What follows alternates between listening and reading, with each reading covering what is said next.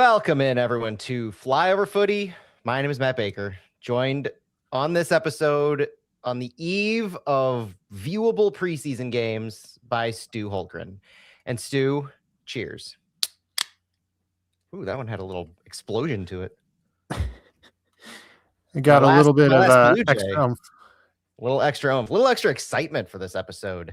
Cartoon Stu returns for another week. We are hopeful that we may have some exciting news, but the exciting news to me is we've got matches this weekend. If you're watching this live with us, thank you for joining us. If you're watching this before Saturday afternoon Central Time, then you're joining us in the preview and the speculation mode. If you're watching this after the preseason game against Austin at 1 p.m. on Saturday, then you get to evaluate us, see how close we were, and see just, how off the mark we may be or on the mark on what we are predicting from a Yohan Demay City team that has been ripe with speculation. Absolutely insane the amount of speculation that's been going on about the coach speak versus fans' skepticism after selling Klaus. It's quite the time, isn't it, Stu? Oh, yeah. It's the calm, the last breath before the plunge, basically, in 2 weeks' time. 3 weeks. 2 weeks. 2.5. 2 weeks and change, right? Yeah. I was at the Luligan AGM last night. I was saying I would see people in 2 weeks, but it was about 2.5. Well, if they show up to our live pod, it'd be about 2 weeks. 2 weeks from today as we're recording this. So that still works. Yeah. Excitement 2 weeks from now. So be there. Well, we've got a jam-packed show. We're going to start the pod recording here in a moment. It's probably not going to be an hour and a half. We are doing this a little earlier in the evening due to commitments that I have later this evening. But I mean, it's been a busy week news-wise. It's sneaky busy, I would say. Last week was player news, player movement. I mean, there was a ton to go into player-wise.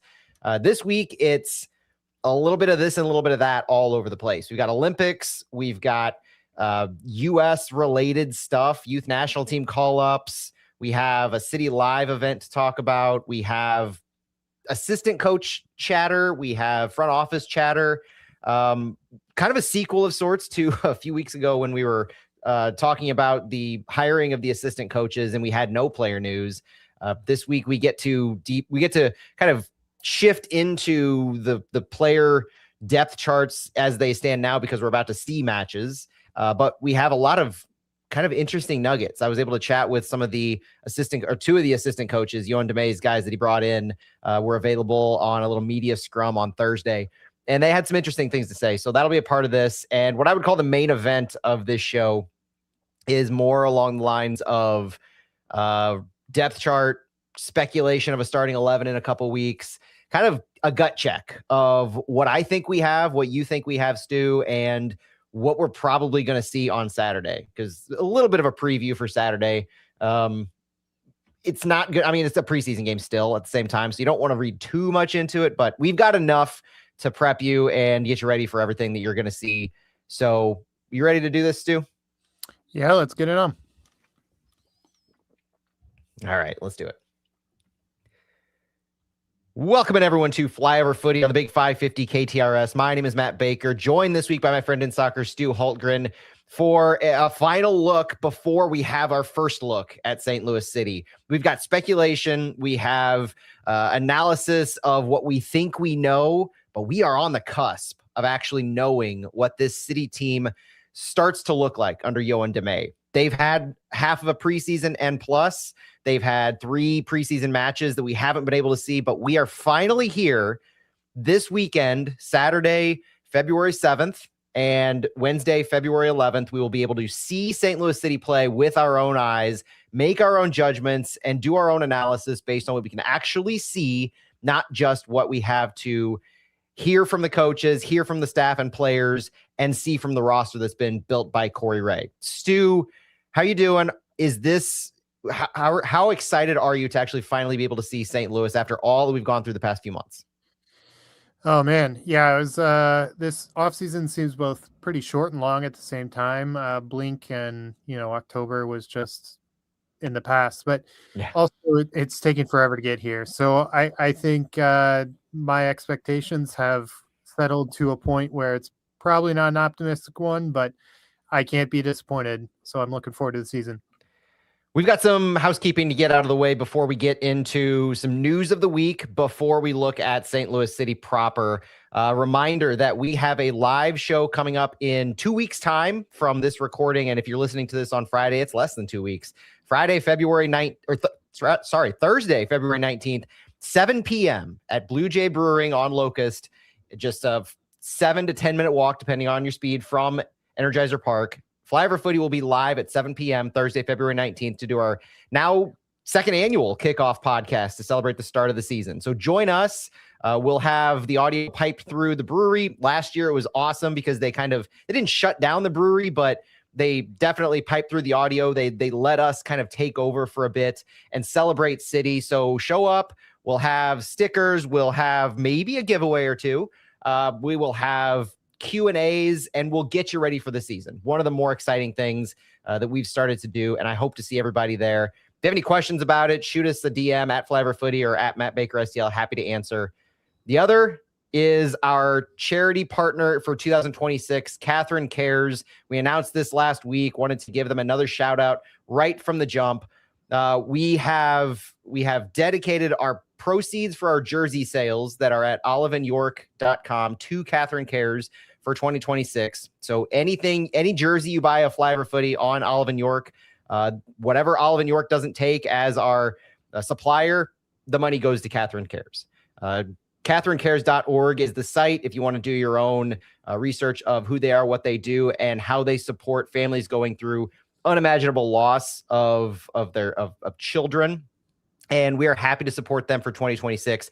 And Blue Jay Brewing will also be our reveal of more or less prop bets of donations that we'll be making to Catherine Cares. We're talking maybe donations per goal, maybe donations per clean sheet, and maybe we'll take some ideas from you guys of where we should put our money where our mouths are and where our fandom is in supporting Catherine Cares. So excited to do that. The other thing that I'm excited for, in pivoting directly to news of this past week, is that St. Louis, the city of St. Louis has been announced as a host venue for the LA 2028 Olympic Soccer Games.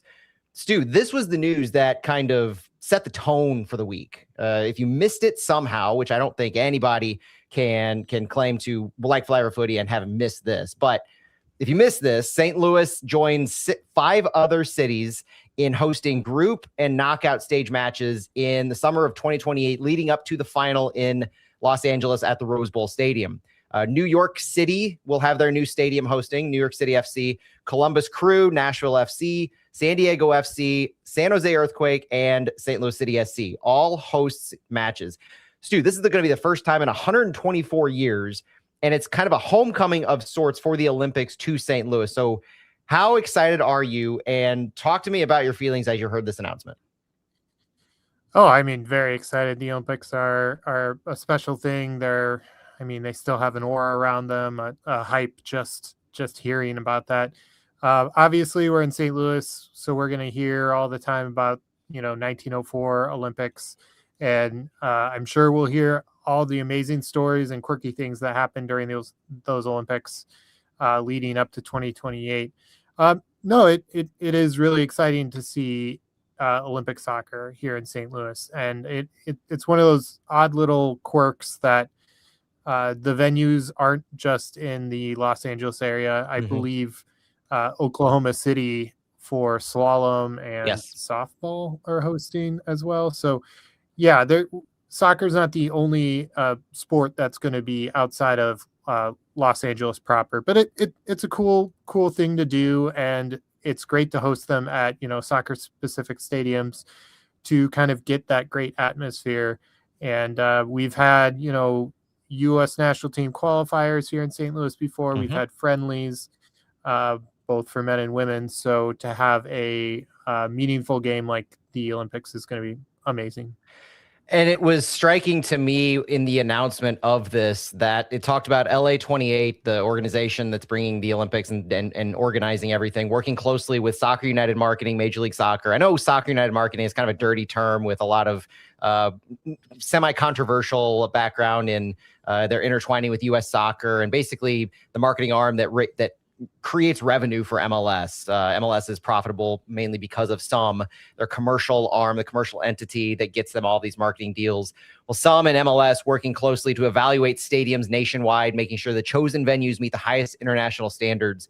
So for St. Louis to be chosen for this speaks volumes to the success of the commitment and work put in by our ownership group to create a venue and create facilities that would bring in this type of event. The importance of this, yes, we're alongside 5 other soccer-specific stadiums, more or less with San Diego, but the importance of this cannot be overstated, and the benefit to St. Louis, I think, will be realized a little bit more than people might give it credit for. I know we're in a World Cup year, and yes, the World Cup, when it comes to soccer, is the mecca, the pinnacle, but in 2028, after the World Cup fervor has died down, in St. Louis, in the Midwest, this is going to be the thing. And so I'm incredibly excited. But Stu, I'm also excited when the time comes to see if St. Louis might have any presence on the U.S. men's national team or the U.S. women's national team for that matter, though the women's national team in the Olympics is the senior squad. The men's national team in the Olympics is the U23 team. So when we think about this, do you think we might have a shot at the current roster as it's made up of right now? My opinion, we've got 3 possible candidates. We have Makai Joyner, Caden Glover, and Daniel Edelman. Daniel Edelman would be a few years over or a couple years over by that point, but the U23 team allows 3 players to be over the age limit. So Edelman captained the U20 team not too long ago. Joyner has consistently had youth national team call-ups, I think rising up to the U20 level. And then Caden Glover, though he really hasn't made a mark on it for his club with City, he did get a call up last January to the U20 team. So we might have a shot here to see a City representative play for the U.S. team in our backyard. Yeah, that would be really, really neat. And St. Louis presence in last year in 2024, Patrick Schulte was here from, he was represented St. Louis with Columbus Crew. And who knows? We might have one of those, or maybe Tyson Pierce. Or somebody would have to make a jump up to do that. Yeah, Tyson Pierce is a candidate. You also have youth national teams, like we're going to talk about in a minute, at the 15 to 18 level, though I don't know if the timing is going to work out for a Pierce or one of those to make that leap quite enough yet. But, I mean, all the options are on the table at this point. Anybody could prove themselves in a couple of years. Yeah, exactly. It's going to be interesting and exciting to see. And there's always a lot of good, talented players. Just looking at the roster in 2024, we had guys like Paxton Aronson, Gianluca Busio. I always mess up his name. Jordi Mihailovic. So, I mean, we're not going to be seeing some scrubs. Walker Zimmerman was one of the overagers. I think they only took 2 last year. We'll see a good group no matter what. Yeah, exactly. It's going to be exciting. It's going to be exciting young players. So get ready, get excited, and try to get some tickets. 100%. Tickets do start going on sale in April, so be paying attention. If you go to check out the LA 28, Google them, check out their website. I think even on the City press release on their website, stlcitysc.com, there's information on how to sign up for tickets. I did it. All you got to do is give them your name, basically sign up for a mailing list, and you'll get an opportunity to be notified when tickets are available to have the opportunity to purchase. It's like the World Cup. It's a once-in-a-lifetime opportunity to see the Olympics in St. Louis, so don't miss out. We'll retweet all that kind of stuff as the time comes around. But pivoting slightly to additional U.S. news, this week it was announced that we have a couple U.S. youth national team call-ups to be proud about. On the U15 side, it was Tommy DiMaria and Nick Harris, who were called up to the U.S. U15 boys national team for their upcoming international training camp in Larnaca, Cyprus, from February 7th through the 15th. This team is led by head coach Ross Brady. The USU 15s will play 2 matches at Sotira Municipal Stadium. First match being against Cyprus on February 12th, and the second against England on February 14th, Valentine's Day. Pretty exciting to continue having this pipeline developing with our academy players, having U15 call-ups, in addition to some of the guys at the U16, U17 level that we know and love, and we expect more call-ups this season. So congratulations. Anything to add on Tommy and Nick getting this call-up, Stu? Well, Di Maria, I'm not sure if he's related to Maddie or not, but Di Maria is a St. Louis soccer name you'll see around a lot.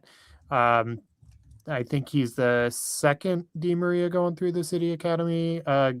Gallagher family too, so that's exciting. But those two join Owen Jorgensen and Eddie Niles last year, who are called up for the U15s, I believe. So yeah, no, you're just starting that.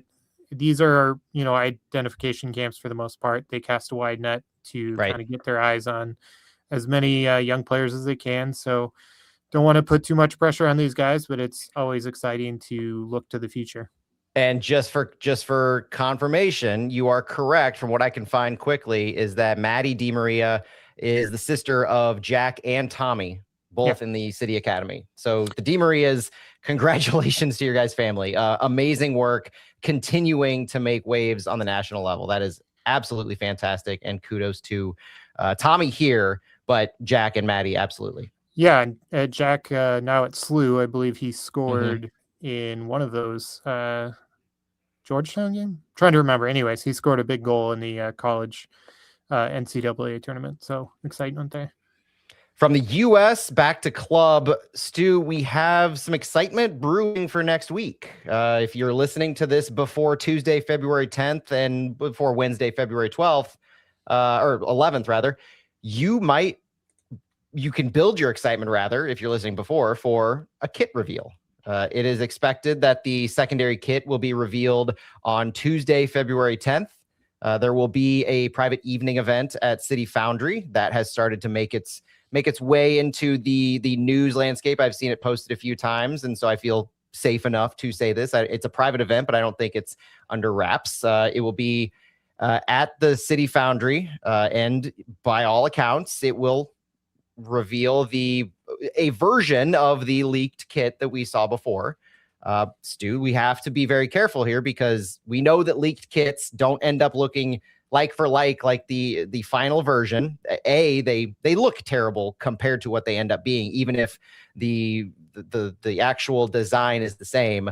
But by all accounts, this does have and will have a direct tie-in to the St. Louis Symphony Orchestra's Eternal, a tribute to Tina Turner, which is presented by Purina, City partnering in the production of this. It seems like if you don't hear anything on next Tuesday, you're probably going to hear about it on Wednesday.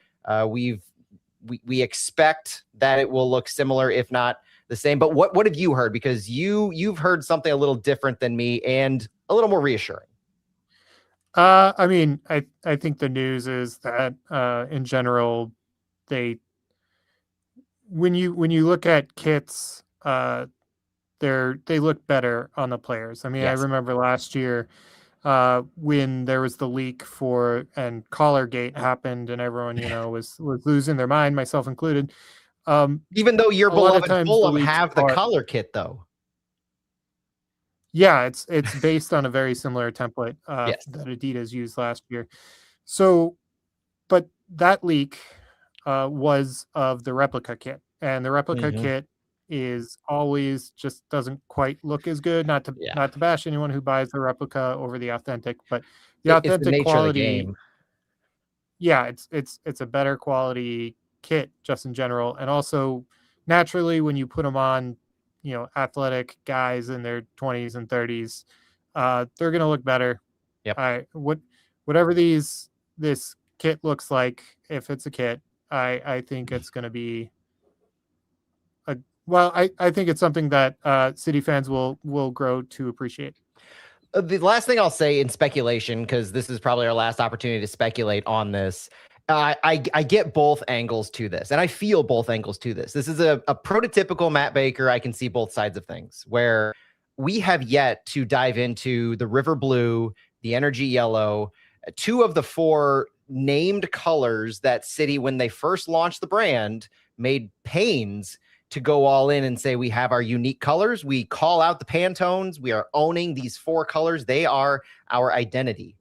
We haven't really seen us dive into 2 of those. We saw accents on the initial city kit of blue and yellow, but we haven't seen, like I'm wearing on our live stream a Sheffield Wednesday kind of goldish kit. We haven't seen anything like a yellow version of this, or what we probably will see. Haven't seen energy yellow, haven't seen river blue in fullness on the first team. So there's that question of why aren't we taking advantage of our own identity in this secondary kit? And yes, I do feel that way. We have yet to exhaust our identity-driven colors, and that's kind of frustrating. We've been looking forward to a yellow or a blue kit. But at the same time, I distinctly remember, Stu, when the Forever City Red kit came out and the perceived plainness of the kit, all red with some very sash-like designs on it, because they weren't sashes. They were 5 little, you had to look at them in the right light. And people called it plain. People called it boring. People called it unexciting. I remember those quotes and those comments. And this is pretty much the opposite of that. So on one hand, it's how are you going to call the Forever City Red kit plain and boring if you don't at least give this a chance? And on the other hand, you may be skeptical if you're wanting something that's more of our identity. But at the same time, I also remember Matt Seebeck, if I recall correctly, telling me last year that the secondary kit is the opportunity to be a little more bold, to be a little more unique. LAFC doesn't, and I see it in the chat, LAFC doesn't have a monopoly on the color gold, just like Nashville doesn't have a monopoly on the color yellow. Different versions of different colors are all over the place. Give it a shot. That's all I'm saying. Just give it an opportunity. Go in with at least a little bit of an open mind when it comes to this. I know I will, even if I have my reservations, because I'd rather see us go unique with more of our identity-based colors. Still willing to give it a chance and excited to see what ends up happening, because it's still a tie-in to a unique local story in Tina Turner, who's from St. Louis. So it does have the local flair to it, like all of the stories of our other kits have. So it at least has that going for it.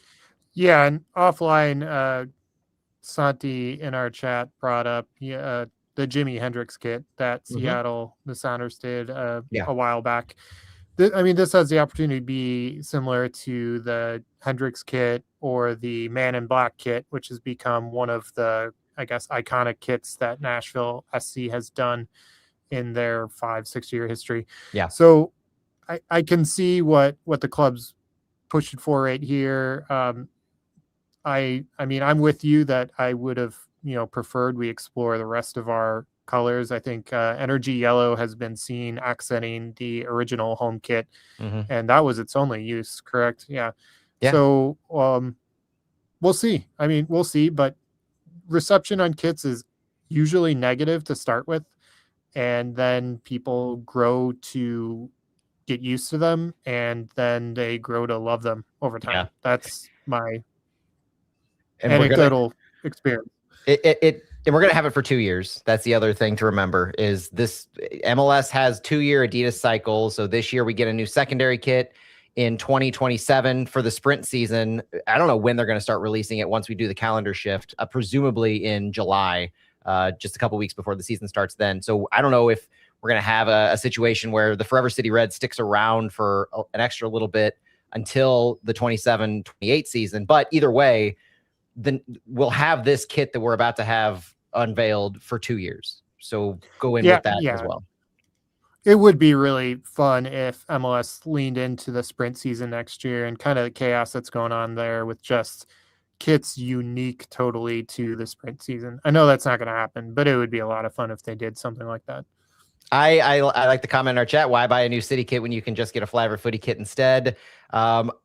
I would encourage you to get both, although selfishly, obviously with, our skin in the game for our own. That's why we put it out there. Brand new city red colored Flyover Footy kit. Stu, there are more exciting things besides just the kit reveal happening next week. In fact, next week is the kit reveal. The following week is the kickoff event that City always has. It's not going to be the same, though. Instead of what the factory was last year with City Live, the new event to kick off the season from the club will be Wednesday, February 18th. It will be at 18 Rails at City Foundry, and it will be more of a personal event. It says City 4 of our City Live kickoff event is set to be extra special. This year, we're creating a more intimate experience at a brand new venue to deliver a close-knit conversation between City leadership and players as we kick off an exciting new era in St. Louis soccer. This is from the club. The live podcast experience will be a night for connection with the club and our biggest supporters. Hear from head coach Yohan DeMay, sporting director Corey Ray, and more as we share stories and an unforgettable evening together. This is one of those things where you have to sign up and be randomly selected for tickets, because if you've ever been to City Foundry at this 18 Rails location, it is a small event space, kind of in the back of City Foundry as you go into the food hall. I was there for a winter market a couple months ago, and it's kind of elongated, but it's definitely not a massive venue. And if they're doing a podcast during this time, maybe 2 podcasts because their shows at 6 and 8:30, then yeah, it definitely seems like seating and availability will be extremely limited. So at least put your name in. If you get drawn, that's great. They're going to have drink tickets, small bites available. Each show is approximately 90 minutes, but limited capacity. Tickets will be awarded randomly. The link was sent out by the club. Winners notified on February 9th. Good luck, because this does seem like a fun, intimate experience. You'll probably get to meet players, meet the coach, and let them know your thoughts, but definitely you don't always get to see a live podcast recording. So, the night before our own, go see, if you get the opportunity, go see City, come see us. Let us know how the event was. I can't think of a better couple of nights to spend before you move on to the first game on the 21st. Stu, did you enter to go to this event?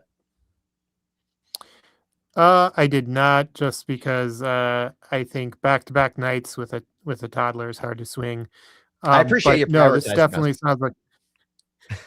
Oh, absolutely. But any chance you get to meet Pete Woods, you got to go for that. Peter's great, and he'll I assume behind the mic for City Live. Yeah. So no, these are the great events that you get before the season to really hype up, connect with players. When they say Corey Ray and Moore, maybe that and Moore is a unannounced player who's going to be announced between now and then. This is your chance to see him, or maybe they're giving away the new kits if they're out at that point. So a good chance to buy one or show it off. It'll be fun. Wow, all kinds of teases for potentiality. You never know what you're going to find when you go there.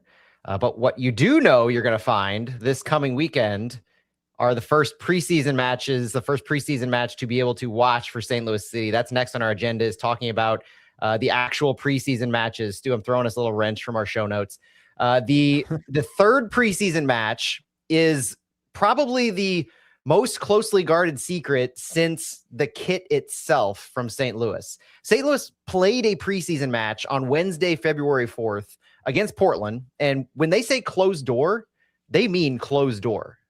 I have not been able to track down a score for the life of me on anybody I've talked to. I was able to track down, and it seemed pretty obvious from the picture, that Cedric Toyshirt scored a goal, which in and of itself is phenomenal news, that he played, he scored. Whatever else happened, I think that's something that you could take solace in and be excited for, because a healthy, informed Cedric Toyshirt, sneaky game changer that a lot of folks forget what his talent is. So that's exciting. But everything else, the formations, the amount of minutes played, the starting 11s, all of that under lock and key in a crazy way.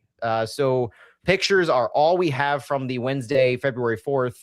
Yohan DeMay's comments before that may play into why that was the case. If you didn't listen to our last episode where Yohan DeMay, we had some comments from him. Head coach Yohan DeMay had said that while they're in California, the midweek preseason matches are keeping to more of their training schedule for fitness, match preparation, working on things. The weekend matches are going to be more match focused, or getting into stretching guys out, what we can expect to see in the actual lead up to preparations for matches in the regular season.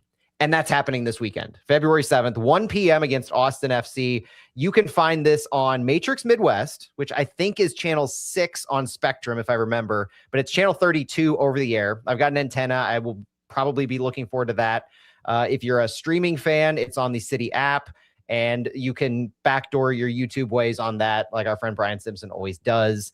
But Austin FC, February 7th, 1 p.m., we get to put to rest the questions of, is it a 3 in the back? Do they run a hybrid? Who might get stretched out the longest? There are a lot of things to watch in this one. And most notably for me, I'm going to be watching to see what is the formation?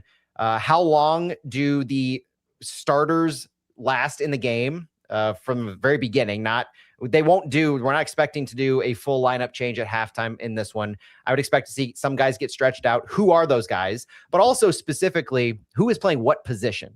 Conrad Vollum, where's he going to play? Is he going to play a right wing back like we expect? And we're going to talk about in a minute. Rafael Santos, is he going to start alongside the back line on the left? What will our back three look like, knowing that Falou Fall isn't here? He's not healthy, rather. He's here, but he's not healthy. Mbake Fall is not here.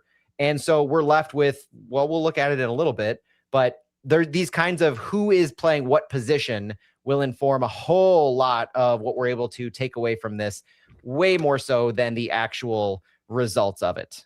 Because, Stu, I want to look at our assistant coaches next. And because I want to get your take on some of the things that we found out from our assistant coaches, talking to them on Thursday. Assistant coaches were made available to a little bit of media scrum on Thursday afternoon from California. And we found out a little bit of what, their background, what they bring to the club, but also their take on this new style for St. Louis City. So David Savry and Marcelo Sarvas are the two new assistant coaches brought in by Johan Demey. They have all the familiarity in the world from the LA Galaxy times. They were both coaches with Johan Demey in the Galaxy organization, with Marcelo Sarvas, who was the only player who became a coach on this staff, explaining to us that it was Johan Demey and David Savry that were with Galaxy 2. Demey was the head coach. Savry was an assistant. Marcelo Sarvas was the U17 coach after he quit his playing career, retired as a player. And then he asked to join Demey's staff after seeing what they were doing with Galaxy 2. Eventually, Marcelo Sarvas takes over the Galaxy 2 coaching position with David Savry as his assistant when Johan Demey goes to join the Galaxy as a full-time assistant coach for the first team. So fast forward to, Johan Demey went to Columbus. I think it was David Savry who went to Montreal and then Belgium. And then Johan Demey gets the head coaching position in St. Louis, recruits Savry back, and then Marcelo Sarvas joins from being head coach of Galaxy 2, where he was from 2022 through just this past season. All of that said, these guys have familiarity. But when we talk about the style and what they're looking to do in St. Louis, both Savry and Sarvas noted the different style that Demey is implementing. Savry said it's clarity, purposeful, and aggressive in certain ways, with players knowing what they have to do, working to control more of the game. They're seemingly responding well. They're continuing to ask, they're learning, and they're improving. So issues, ask, learn, implement, get better. Sarvas said it's the opposite way of playing to what they were used to, meaning the City players. And this is where I'm really interested in. Marcelo Sarvas said it's reacting more to second balls. It's getting in the box. It's coming together in tight spaces. It's combining more. It's being more patient in the attack. It's being able to create numerical superiority, he says, and have the team currently, as he describes it, has the big picture. They've been working on that for the past few weeks. They've got the big picture. Now they're putting the details together, spacing and connection. So, Stu, as we go into being able to watch this first preseason game, what do you make of these comments? Does it feel to you like it is going to be as drastic of a change as I'm feeling from last year to this year? And almost what should our expectations be, knowing that this is occurring with the players and what the staff is implementing?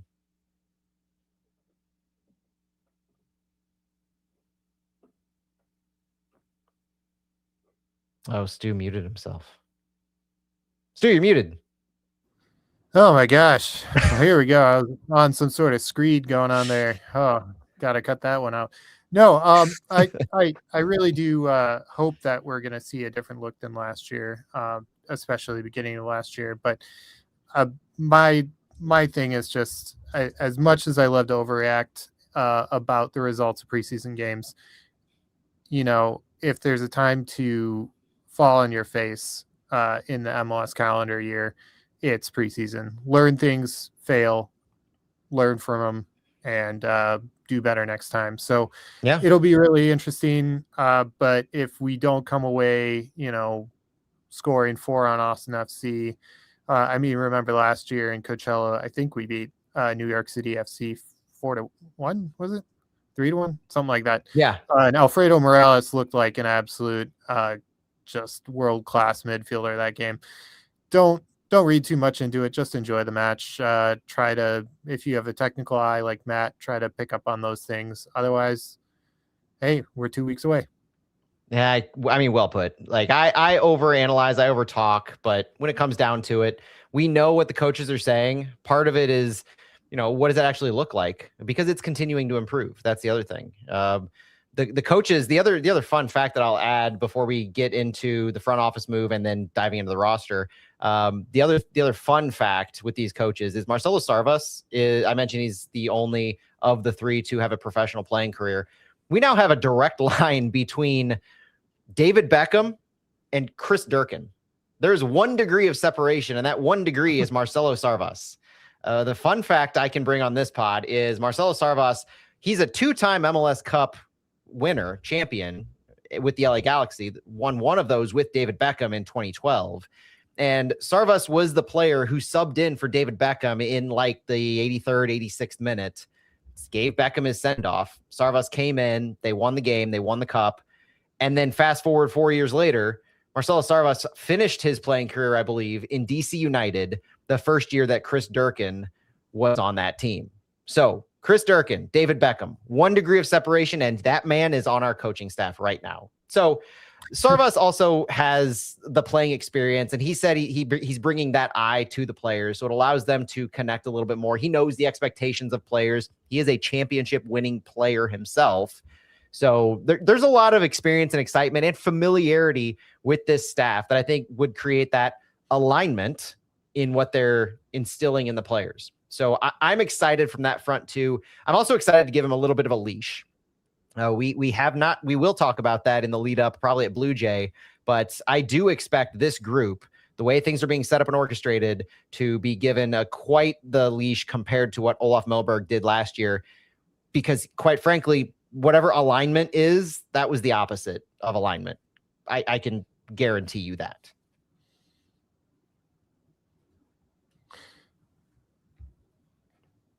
Yep. And sorry, man, I am Preseason form, man. Yeah, very, very rusty. Don't read too much into this performance tonight as well. The live podcast will be much better. Hopefully less dead air.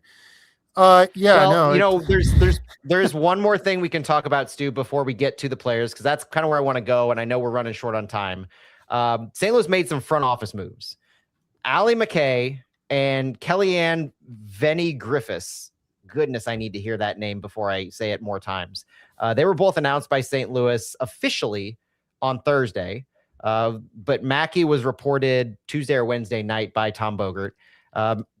Ali Mackey is going to be the assistant sporting director, and Kellyanne will be the director of sporting and team operations, which, if I recall correctly, is Vinco's former position, or at least a variation of it, making her the second ever director of sporting and team operations. Ali McKay is the first ever assistant sporting director that we've had. Notable to me that they're going with this title as opposed to a technical director. Clearly a different alignment and of responsibilities going on here. But Corey Ray had said, "We are pleased to welcome Ali and Kellyanne to our staff as we continue to develop the club with long-term vision for success. Both of them have significant experience within this league, which I think will be valuable to our team. Along with their experience, their professionalism and qualities as human beings will be strong assets to our organization." Ali Mackey joined City after being the chief soccer officer at DC United for the past couple of years. And then before that was an assistant GM with Nashville. So when he was with Nashville, that was when they first started in Major League Soccer, assisting as their assistant GM. And they signed some of their initial players, Hani Mukhtar, Walker Zimmerman, Randall Leal, those kinds of guys. he gets hired on to DC and then has, I would say, Corey Ray level success with that club compared to where Corey Ray went to Montreal. DC finished 10th in 2024, 14th in 2025, and Ali Mackey was fired with a handful of games left in 2025 as the CSO. So now he's returning to an assistant position in the front office where he found a ton of success with Nashville in a similar role. Ben Wright, our friend with 615 Soccer, said that he was involved in a lot of the recruitment with Nashville. He's well thought of in the club. He doesn't think that the fit and the look at DC was good at all, but he said, quote, "I don't think many are set up to succeed there. He should be a great pickup for St. Louis." So that's a good sign we could look at for the front office.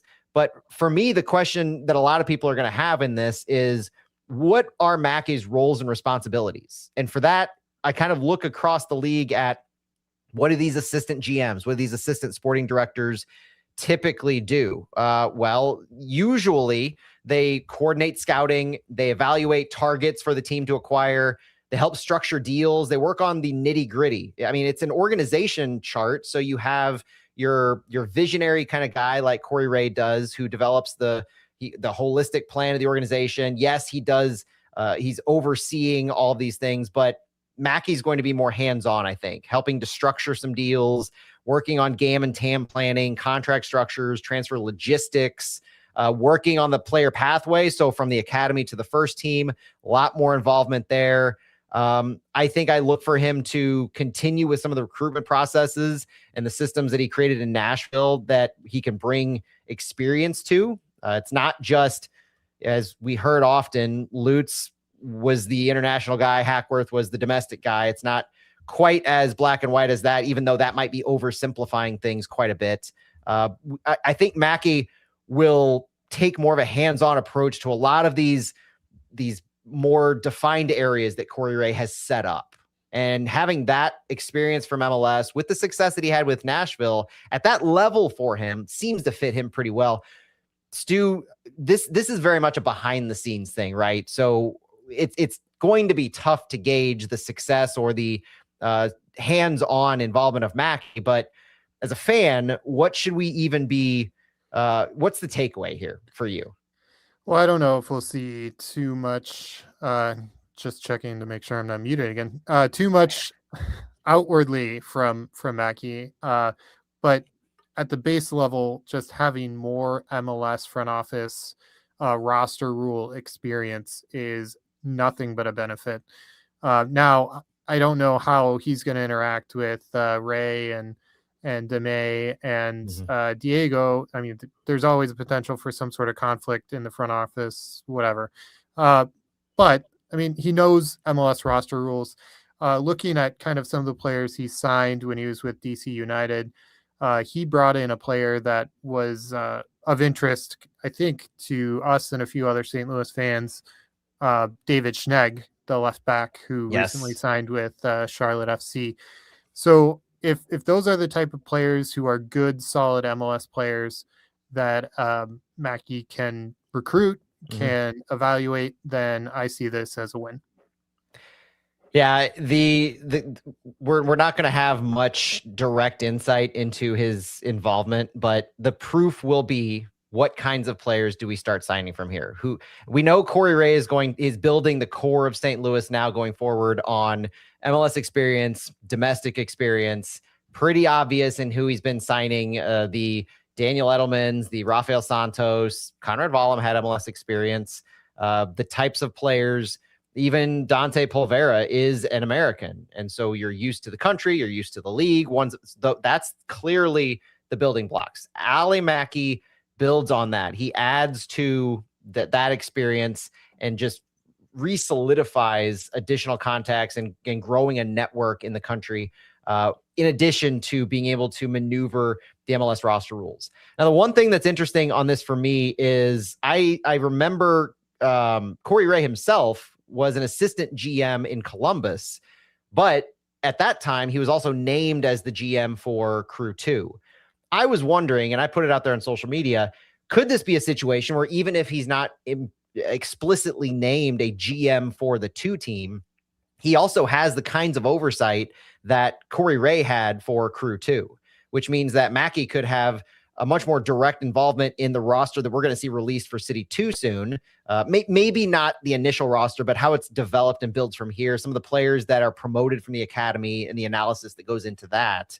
So where City 2 goes from here could have more of a direct hands-on approach by Mackey. I look forward to any conversations we get to have with Ray and Mackey and even Diego to understand what this kind of responsibility will look like for Mackey. And does it change the structure of the academy up to City 2 and then the identification of City 2 players for more homegrown contracts? Because we've had a slow roll of sorts, Caden Glover, Miguel Perez, Tyson Pierce, Makai Joyner, but we're looking for that next group to step forward. And it will be at the discretion of a Corey Ray and now Ali Mackey. So interesting to see where the team goes from here on that front.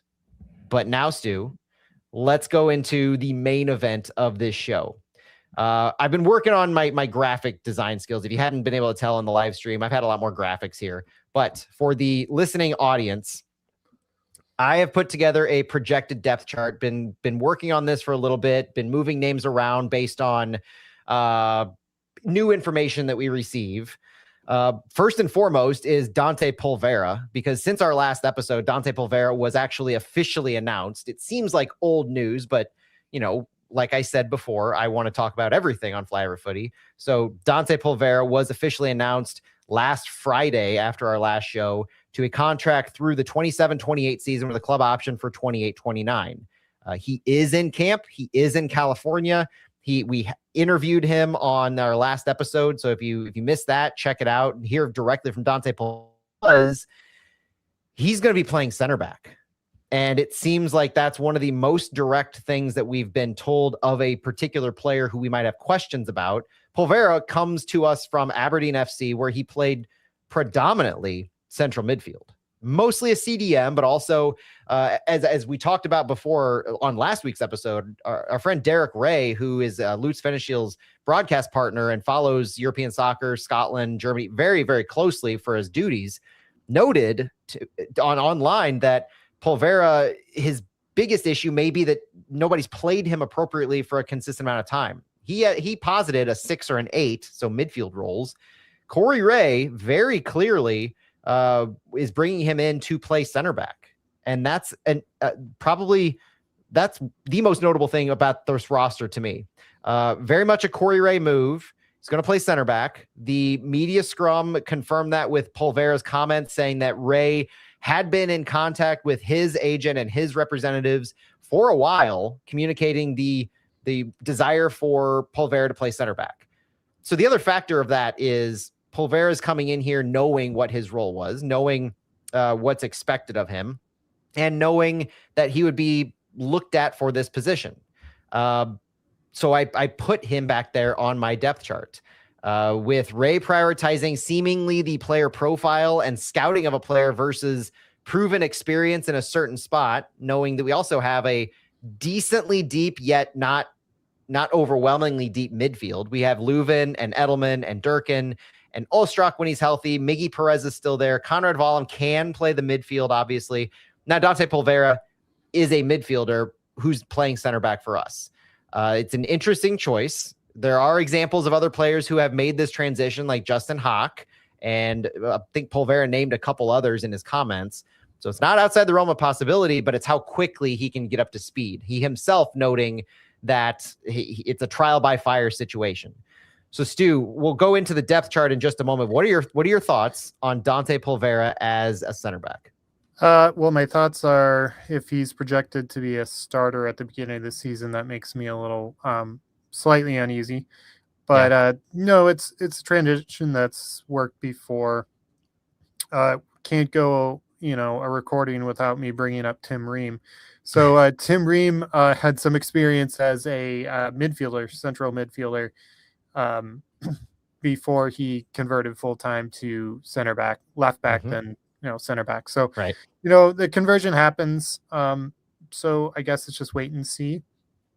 But now, we joked a month ago and people were talking about, Durkin playing center back in a 3 central back line. And now we got a different midfielder that came in who's converting to center back. Exactly. I don't know if he's going to start. So just for transparency on the graphic that I'm showing, my starting 11, as far as the top of the depth chart, this is a 3-4-2-1 formation. This has 3 center backs, 2 wing backs, 2 midfielders, 2 attacking mids, and 1 striker. My center backs on, at least for now, include Falou Fall, Timo Baumgartel, and Dante Polvera. Now, that third center back spot is totally up in the air. There's no way for me to quantify who that would be. The only 2 I'm sure about are Falou Fall and Timo Baumgartel, if both are healthy. Mbake Fall, I would love to project him as that third starting center back. He's not even in camp yet, so I can't. And I don't, based on the fact that he's not in camp, I can't project him there at the moment for that third center back spot. Dante Polvera is here. He's learning the system. He's learning the positioning desires for this staff. He immediately has a leg up on anyone else not here.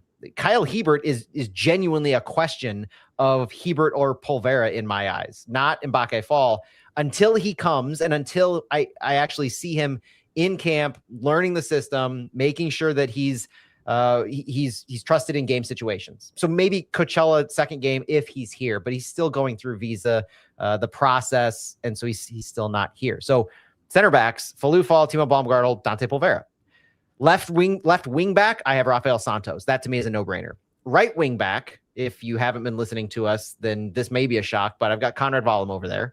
Wallem himself said he looks to play on the right side, but he noted that Yohan Demey probably isn't. He alluded to him not using a typical right wing back is seemingly obvious at this point with everything that we know and that we don't know. Edu Leuven and Daniel Edelman in the central midfield. That duo seems locked in. If Leuven is available, I like both of them. Seems like a no-brainer. And then our attacking 2, it's Marcel Hartl and insert player here. I've got Songbin Zhang almost by default with Simon Betcher as the striker. So there are question marks here to me, Stu, and I really want to know where your question marks are. But for me, it is, and this is who is signed currently, right? The breakdown we have 4 open roster slots. We have an unused slot 31 and an unused off roster homegrown slot. Both of those are season-long loans to City 2. Last year, they were taken up by Tyson Pierce and Miguel Perez. They haven't been named. So potential for 6 open roster slots if we utilize all of those things right now.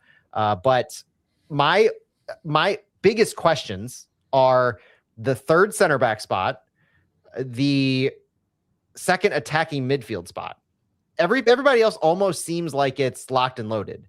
But for game 1, which we'll talk about in a minute against Charlotte, there are actually 2 center back spots kind of up for grabs. And that's why I have Polvera as one of mine, because right now, Falou Fall's hurt and Mbake Fall isn't here. Mamadou Mbake is not in camp. So I don't think we can count on either of them.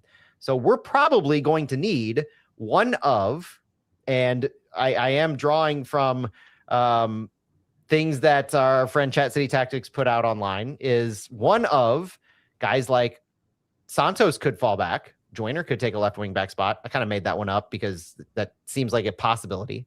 But Thomas Totland could also have an appearance in the starting 11 if we need a right center back.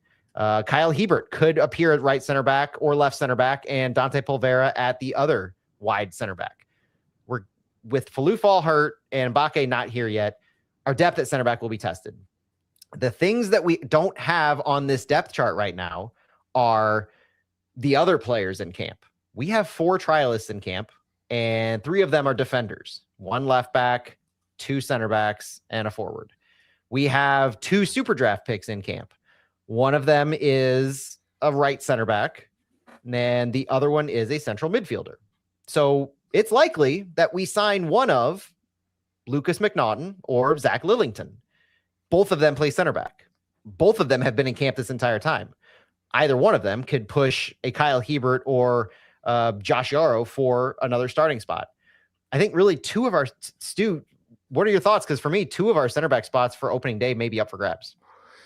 Yeah, I mean, it's we're becoming center back FC right now with potentially 9 center backs with McNaughton and Lillington signing. But I mean, we need some depth. But starting the season without Falou Fall and Mamadou Mbake isn't ideal, obviously. Mm-hmm. So I think everyone would pencil them in as our number 1 and number 2 center backs. Man, no, it's there are always options, and you have guys who are, so versatile, like Conrad Vollum or Right. Thomas Soltland. I remember 2023 or 2024, Mark Mechanic was playing left center back for a few games, if I remember correctly. In fact, I think the very last match of Carnot.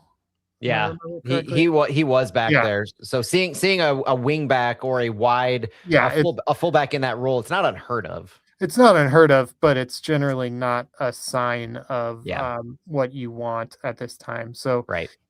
but I mean, I'd agree with you with the starting 11, with our alternate attacker up there. And a reminder to people, the window still isn't closed. We could have some outgoings as well as incoming still. So let's not hang our hats on our roster at this time.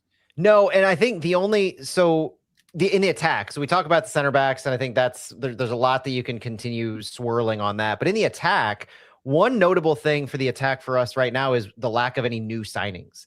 And people have been frustrated by this. The focus by Corey Ray and his staff has clearly been to bolster the defense, bolster the defensive midfield, and set up a baseline, a foundation for a 5 in the back look.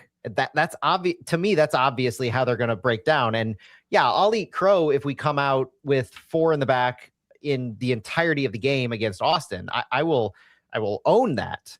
But it seems like this is how we're building based on all of our signings so far. We don't need to go through our outgoings at this time. We know we've brought in Santos, we've brought in Baque, Polvera, Edelman, and Vollum. Those are our 5 signings that we have. All of them are defensive minded. Yeah, Vollum and Santos are attacking minded wing backs, but they're still wing backs. They will have a 5 in the back presence. And so when you have that as the guys you've been focusing on and you send out Klaus, that still has to be said and talked about because Betcher is our starting striker right now.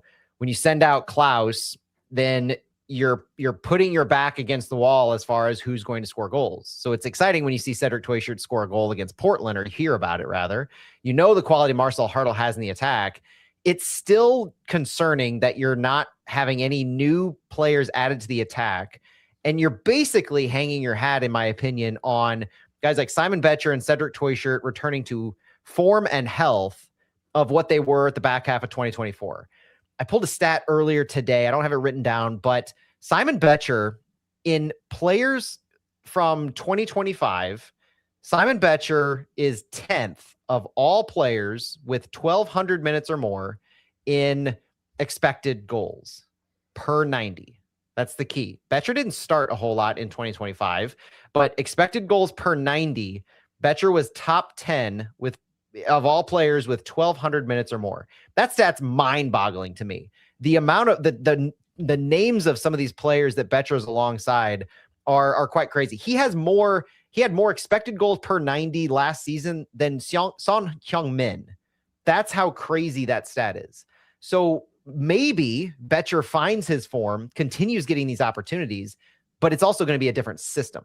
Talked about that earlier. That's a big unknown in how these players are going to perform. Song Bin, Celio Pompeu, when they get time, are they going to be able to set up in more of a possession-based where their skills in breaking lines and getting behind the defense aren't going to be as readily utilized? That's where Cedric Toyshirt might come in handy in playing underneath a Betcher, in delivering service, in playing in some of these tight spaces, which he does have a pretty good ball control. Nothing like Marcel Hartl, I would argue. But the attack is a massive question mark to me because nothing's been done. No work has been done. So last week I talked about the only guys I feel comfortable saying will be on St. Louis's roster opening day are the 5 guys I mentioned that were brought in by Ray after having Klaus moved. This attack is very much holdovers from Lutz and John Hackworth. It's not to say any of them are absolutely favored by Corey Ray and he likes what he sees up there.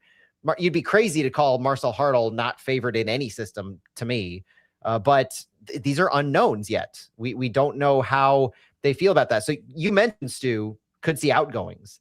everybody's suspect to be an outgoing when you have a new front office that's evaluating guys and maybe treating guys differently than what your expectations would hold, not just the incoming guys that are coming. So I'm not going to have you speculate on guys that might be outgoing, but in general, like we talked about the defense, what do you see about this attack?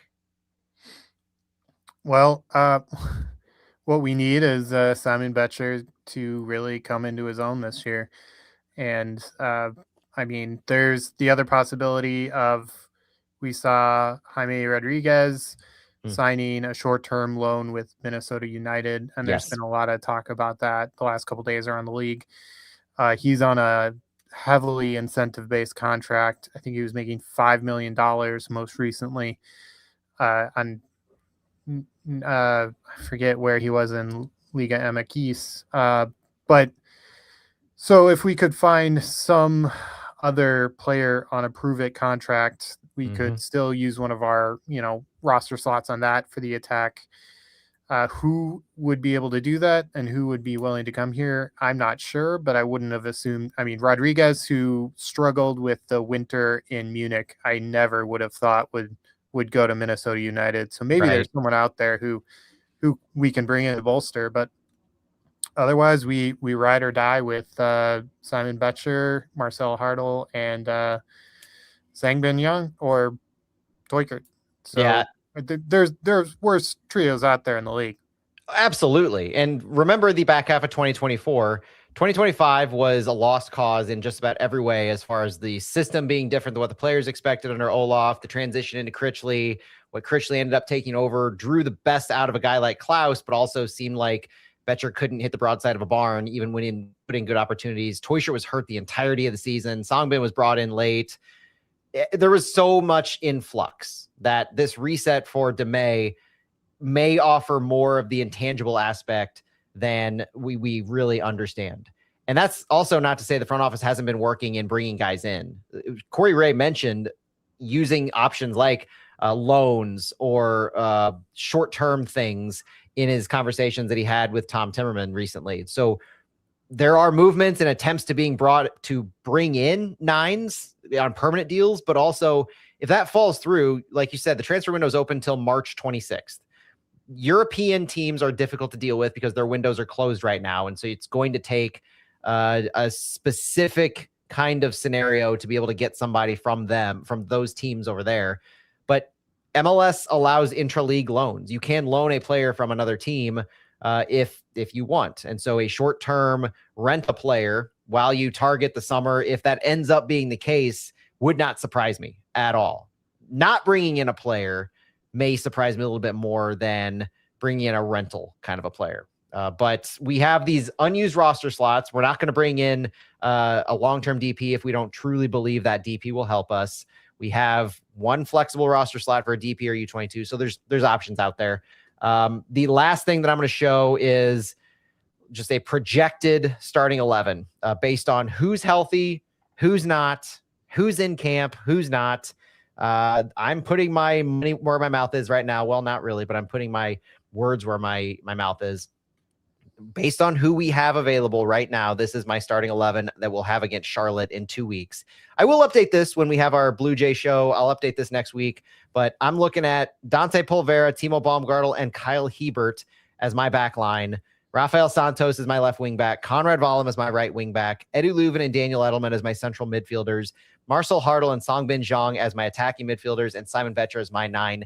This is my extremely too early projected starting 11. This will change because we're two plus weeks out, and I have not seen preseason game. Don't mistake me. I have not gotten secret footage.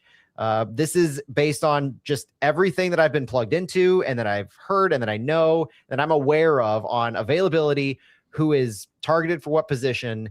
And the biggest question marks obviously would be Kyle Hebert and Songbin Zhang for me. I don't know if Songbin is favored over a Salio or a Teuscher. I don't know if Hebert is favored over a Totland, a Yarrow, or a Lillington or a McNaughton. That's the other thing. So I would be a little miffed about this, but I still think it has a lot of quality to it. Yeah, if he's healthy, if we sign Lucas McNaughton, I could see him in the starting 11. 100%. Otherwise, I mean, I think I would have Hebert on the left and Pulver on the right. But That's fair. That's fair. yeah, we'll see. I'm just hoping that whatever happens, as much as I love him, Henry Kessler won't leave the city happy. We all kind of hope that at this point. Stu, any final words before we call it for this episode and we look forward to the actual watching of matches this weekend? Because honestly, that's kind of where we are. Stu seems to have had some technical difficulties, so I might actually bid you all farewell for him. We hope you enjoy watching this match this weekend. We hope you enjoyed this episode of Flyover Footy. But more than anything, if you're excited for City, watch the match this weekend. We'll talk about it on the other side. We're coming at you multiple times next week because the tease here is I have an interview locked and loaded with Fabian Rankel that should be released on the Flyover Footy pods and YouTube sometime next week before our episode next Thursday that looks at the both of the Coachella matches. But a lot of City content coming, a lot of excitement building into the regular season. Would love to see you all join us on Thursday, February 19th at Blue Jay Brewing ahead of the 21st home opener at 1:30, I think the time is. So for Stuart Holgren, who had to dip, my name is Matt Baker. Thank you so much for joining us on this edition of Flyover Footy, and we'll talk to you later. And because I found out that with this new tech that we have here, when you actually end the stream, it kicks us entirely out of the room. I'm able to bring back Stu for the YouTube special after I've ended the pod recording to say hi. Oh no, he dipped on us again. Stu's promised me a webcam, folks. I'm going to say that out there right now with him having not joined us. And now he has to answer for it. All right. So when I had dead air out there, I was actually making sure that I had all the gaps in the scarf wall behind me were covered. But now it's not letting me. There's something. Stuart. But no, every time I click on the